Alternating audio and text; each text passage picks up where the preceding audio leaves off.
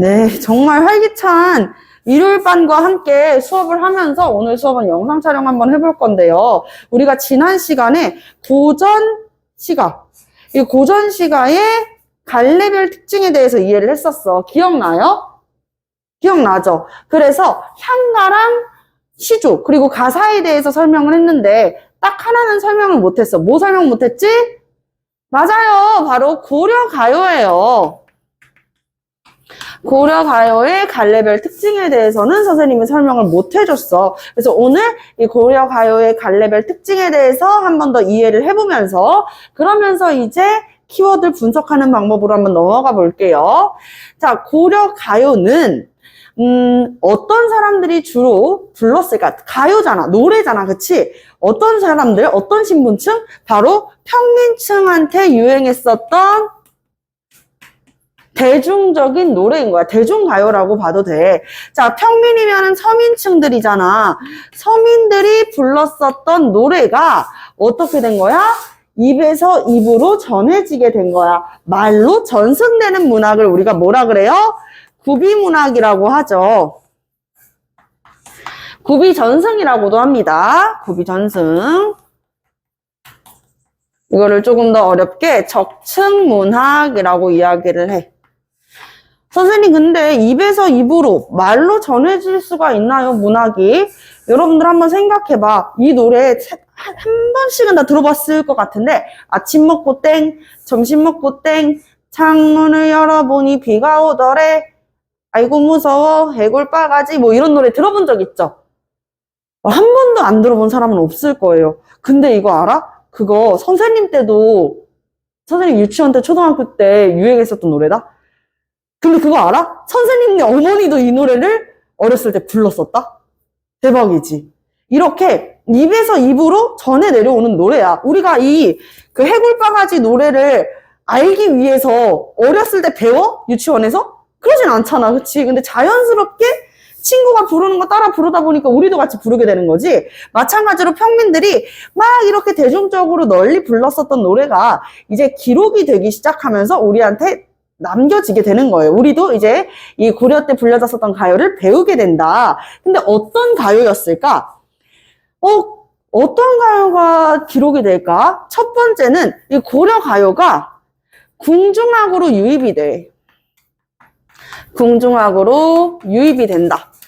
고려가 이제 고려 후기에 망국으로 치닫고 있었던 그 시기에 민간 기녀들, 즉 평민 기녀들이 이제 궁중으로 가가지고 뭐 공연도 하고 할 거 아니에요. 노래도 부르고 하다 보니까 이 평민들 사이에서 유행했었던 노래들을 부르게 되는 거지. 그러면서 자연스럽게 궁중악으로 유입이 되다 보니까 궁 안에서 불려지는 노래들은 뭘 할 필요가 있어? 기록할 필요가 있어. 그럼 언제부터 기록을 하게 되었을까? 언제부터 기록하게 되었을까? 조선시대. 어느 왕 때? 맞아. 아주 정답이에요. 세종대왕 때 무엇이 만들어져요? 한글이 창제되죠. 그래서 훈민정음 창제 이후부터는 이제 고려가요가 기록이 되게 됩니다. 대표적으로는 성종 때 만들어졌었던 우리나라의 음악사였었던 악학개범이 대표적이죠. 아시겠습니까? 자, 고려가요는 평민층들한테서 입에서 전해져 내려오는 문학이었었구나. 그러다가 궁중악으로 유입되면서 이것이 기록되기 시작했구나. 이렇게 이해해 볼 수가 있죠. 자, 그러면 고려가요의 특징이 있는데 무슨 특징이 있냐? 선생님이 3분 후로 정의를 해드릴게요. 3분 후에 알려준다는 건 아니고 3분 후 이렇게 기억을 하고 있으면 돼. 첫 번째 특징은요. 글자 수가 3글자, 3글자, 2글자 332조의 음수율. 대체적으로는 332조의 음수율을 지니고 있고 또 3음보의 음보율을 가지고 있습니다. 요런 특징이 있어요. 그래서 332조의 음수율 또는 3음보의 음보율을 가지고 있다. 이렇게 이해를 해볼 수가 있겠고 두 번째는 이제 분절체다. 선생님 잠시만요. 분절체가 아니라 분연체 아니에요?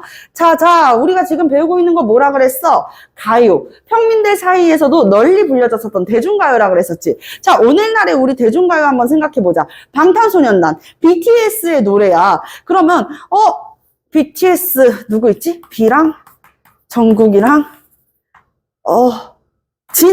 이 정도? 자, 다 적을 필요 없겠지? 이 정도만 적을게. 자, 방탄소년단 노래 중에서, 우리 예를 들어가지고, 뭐 있지? 버터?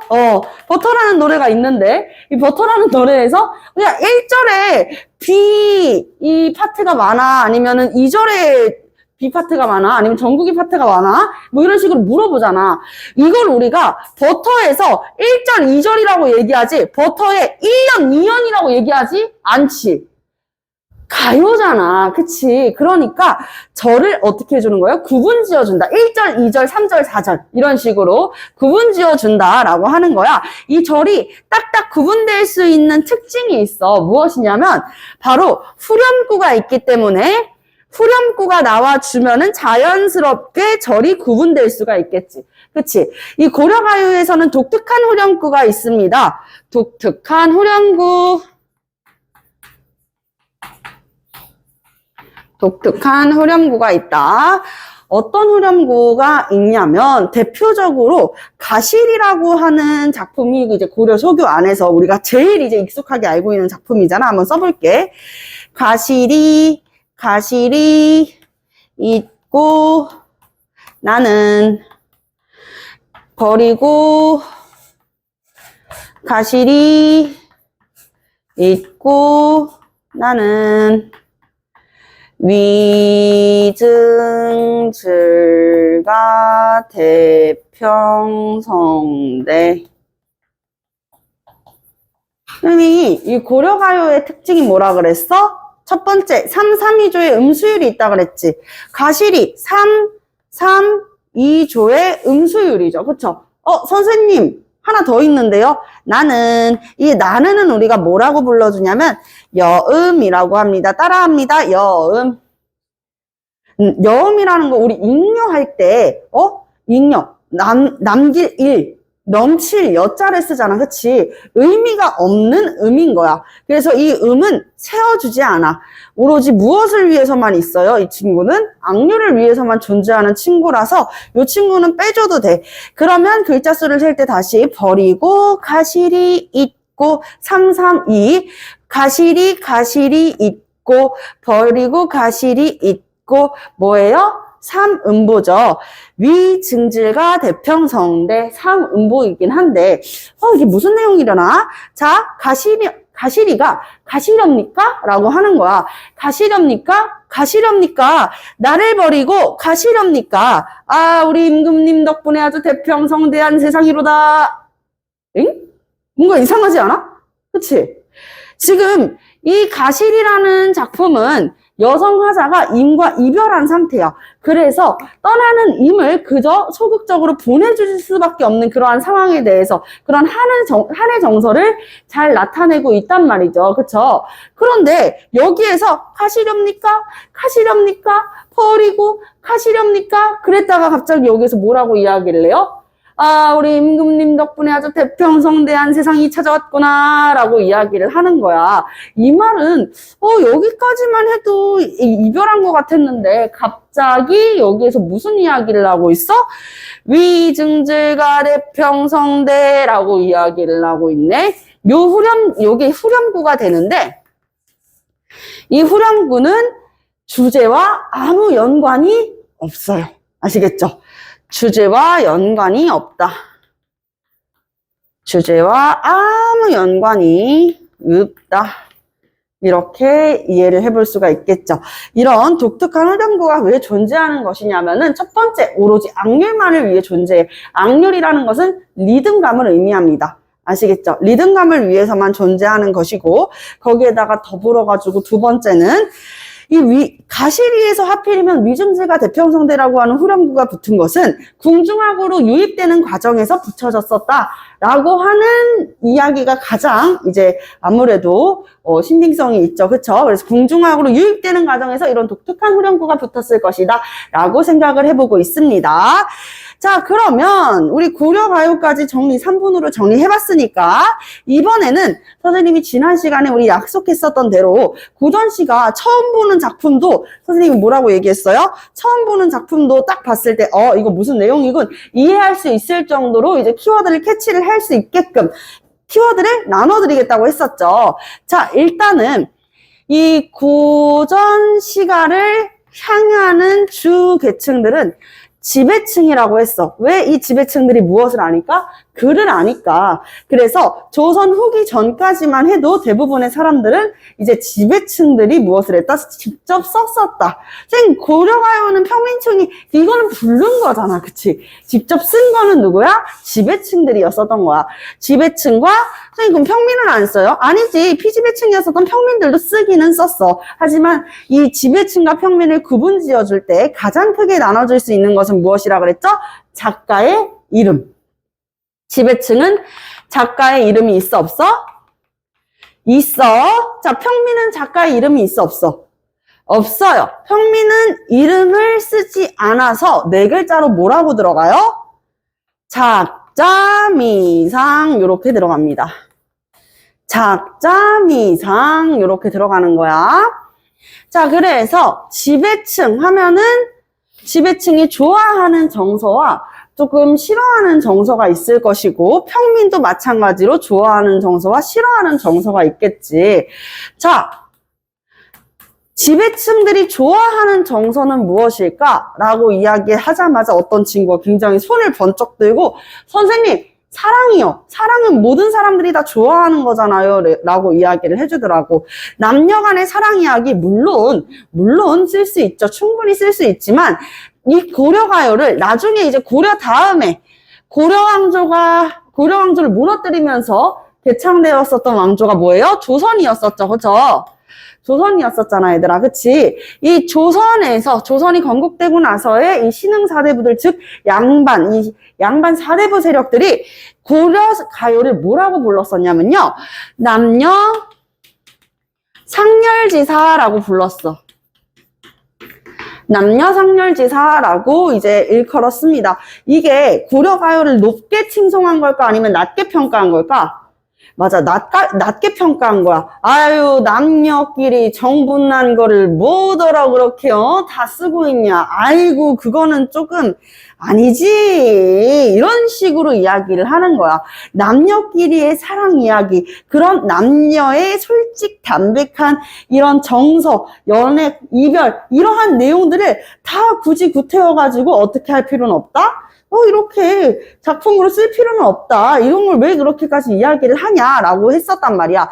그 말은 즉슨 조선시대에서는 이 남녀 간의 사랑 이야기가 주가 된다? 주가 되지 않는다. 특히 지배층 세력들은요, 남녀 간의 사랑 이야기를 엄청 이렇게 중심적으로 쓰지는 않겠다. 그런데 선생님, 이상하게 우리가 배웠었던 정철의 성미인국이나 삼미인국은 남성 작가고 이름이 있잖아요? 그럼 지배층이고 양반일 텐데 이 사람은 왜 그런 사랑 이야기를 많이 썼어요? 사랑 이야기인 척 빙자해가지고 무엇을 하는 거예요? 임금에 대한 충성을 나타낸 것이지. 그치? 그래서 이 지배층들이 좋아하는 것들, 첫 번째, 자연 좋아하고, 또 뭐 좋아할까? 자연 속에서 살아갈 때 소박한 삶을 추구하고, 또 무엇을 좋아해? 학문을 좋아하죠. 그리고 아까 이야기한 이거 연애시 같은데, 남녀가 사랑에 빠진 것 같은데, 그런 이야기보다는 주로 무엇일 가능성이 크다? 임금에 대한 충성을 남녀 간의 사랑 이야기로 빙자해서 쓴 것일 가능성이 높겠다. 충성에 대한 이야기일 가능성이 높겠다라고 보는 것이죠. 자, 그러면 지배층이 조금 싫어하는 좀 싫어하는 정서는 뭐가 있을까? 첫 번째, 나라가 망하는 거야. 어느 나라가 망했어요? 물론 조선도 무너지고 오늘날에 이제 대한민국이 만들어진 건 맞지만, 얘들아, 조선이 망할 때쯤을 우리가 뭐라 그래요? 세 글자? 개화기. 개화기부터는 우리가 고전시가라고 합니까? 개화기 보통 우리 현대시라고 하죠. 그쵸? 현대문학이야. 그러니까 조선은 아니야. 그럼 어디야? 고려 왕조가 망해갔을 시기. 맥수지탄의 정서, 맥수지탄. 나라가 망해서 슬픈 거야, 허무한 거야, 탄식하는 거야. 맥수지탄. 또 뭘 싫어하냐면요. 늙는 것을 싫어해요. 늙어가는 것. 사람은 누구나 다 늙죠. 하지만 이 늙음을 유독이도 더 슬퍼합니다. 탄식하게 돼요. 그래서 탈로가라고 부르죠. 자, 그리고 또 뭐 싫어하지? 탐관오리를 싫어해요. 자, 탐관오리를 싫어한다. 탐관오리가 뭐 하는 사람들인데? 백성들을 못 살게 계속 쥐어짜고 수탈하는 나쁜 관리를 우리가 탐관오리라고 하는 것이죠. 이해됐죠? 평민들이 좋아하는 건 이거는 사실 꼭 그렇다라고 나누기는 쉽지가 않아. 그럼에도 불구하고 우리가 평민들은 주로 사랑에 대한 이야기를 많이 하는데, 싫어하는 건 사랑이 있으면 뭐야? 사랑을 했다. 사랑을 했으면 또 싫어하는 건 뭐겠어요?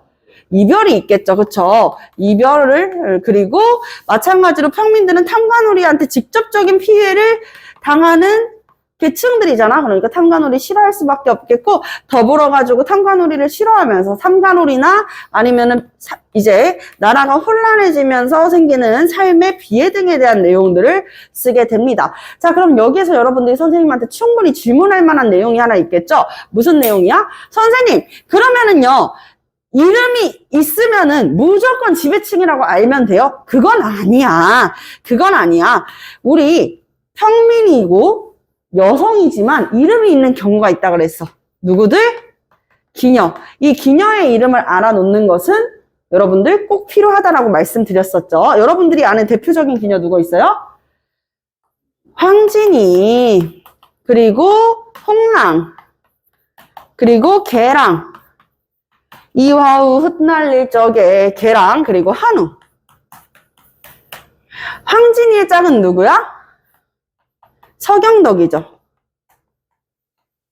한우의 짝은 누굴까? 임재입니다. 자, 그렇기 때문에 황진이, 한우 이런 사람들, 그 서경덕이나 임재 같은 사람들이 임이라고 얘기했을 때는 임금님이 아니라 누구일 가능성? 이들을 얘기하는구나 해가지고 서로 남녀 간의 사랑의 이야기의 가능성이 크겠다라고 이해를 또 해볼 수가 있고요. 자, 그러면 본격적으로 이렇게 키워드 나눠봤으니까 우리 자연부터, 지배층의 자연부터 한번 들어가 보도록 할 건데요. 여러분들 필기할 준비 잘 해주셨죠? 선생님이 카메라 옆으로 살짝 옮겨가지고 조금 더 설명 이어나가도록 하겠습니다.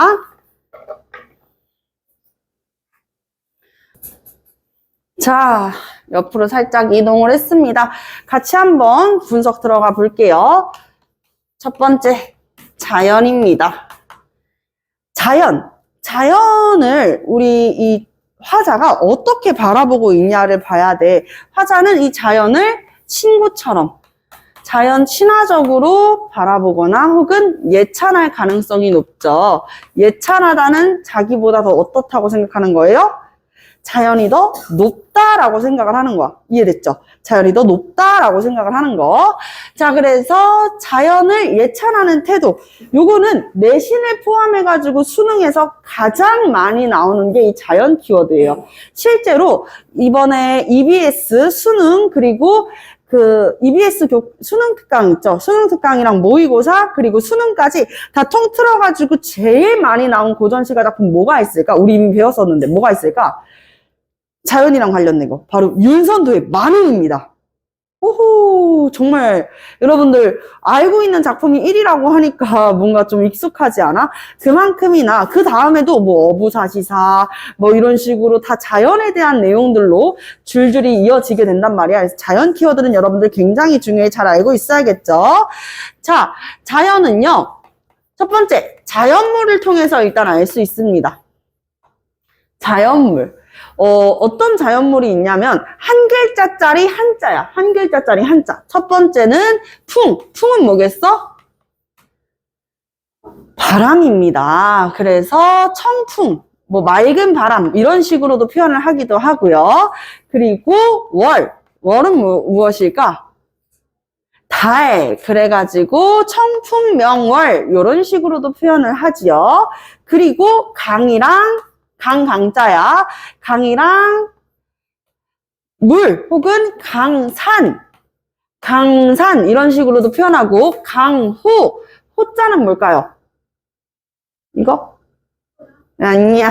호랑이인 줄 알았지? 호수예요, 호수. 그래서 이거를 강호라고 불러요, 강호. 아시겠죠?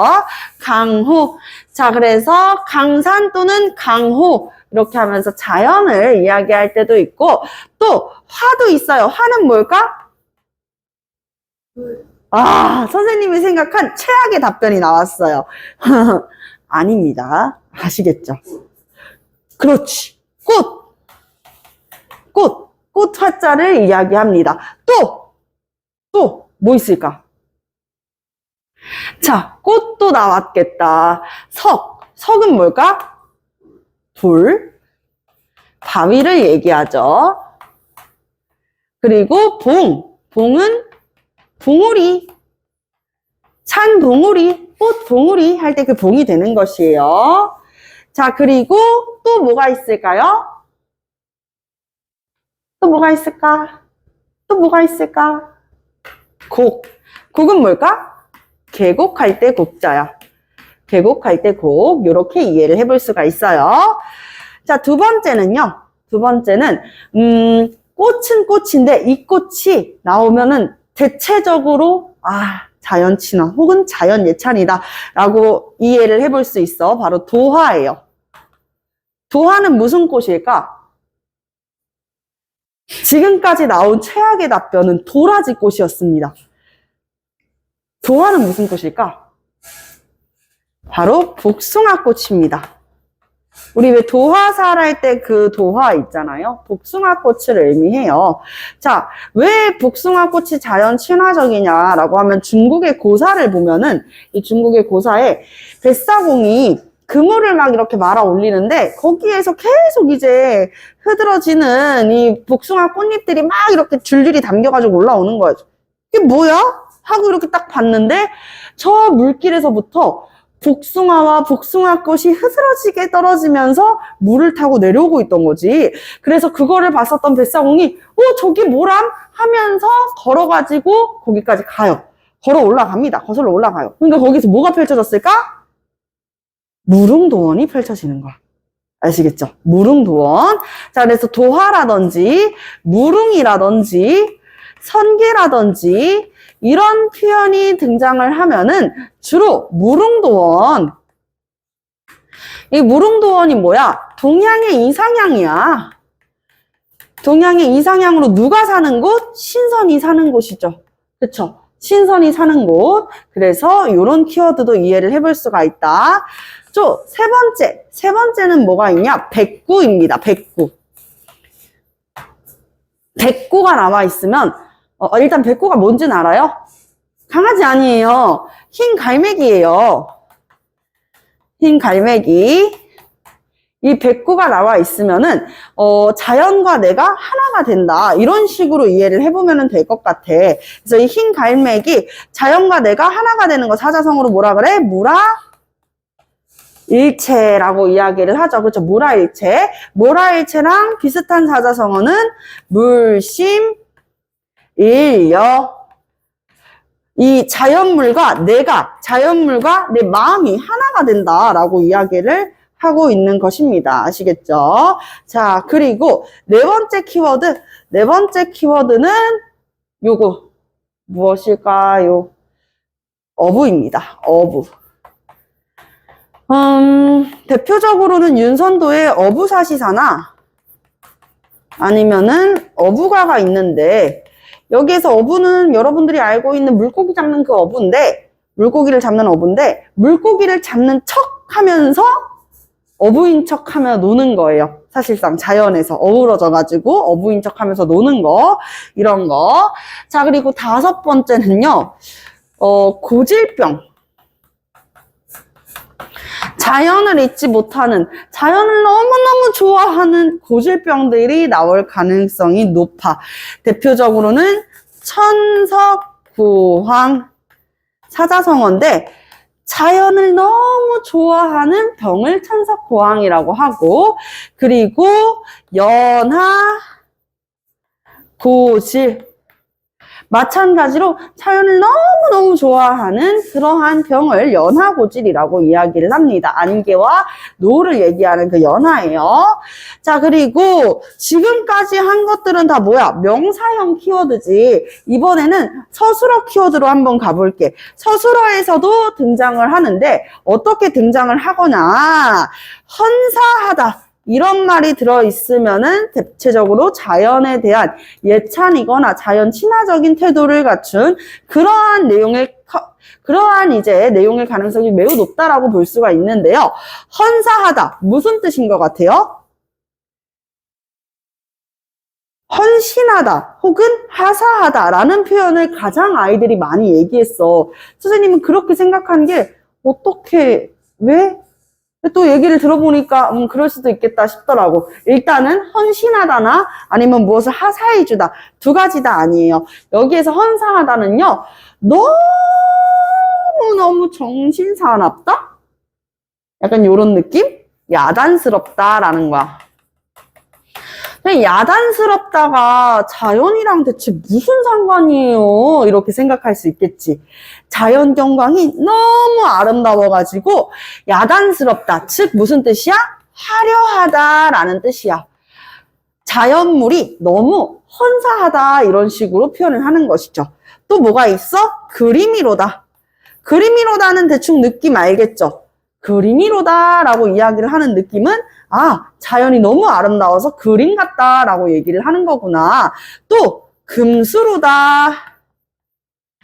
요거 등장하면은 거의 90% 이상이 자연에 대한 자연을 중심으로 다룬 이 고전시가의 가능성이 매우 높겠다라고 볼 수가 있겠는데 금수로다 무슨 뜻일까? 응? 금수로다. 아닙니다. 금수로다는요, 바로 금으로 수놓은 비단을 우리가 금수로다라고 이야기를 하는 거야. 알겠죠? 자연이 너무 아름다워가지고 금으로 수놓은 비단 같다라고 할 때 이런 말을 쓰는 것이죠. 안 돼요. 네, 그리고 우리 두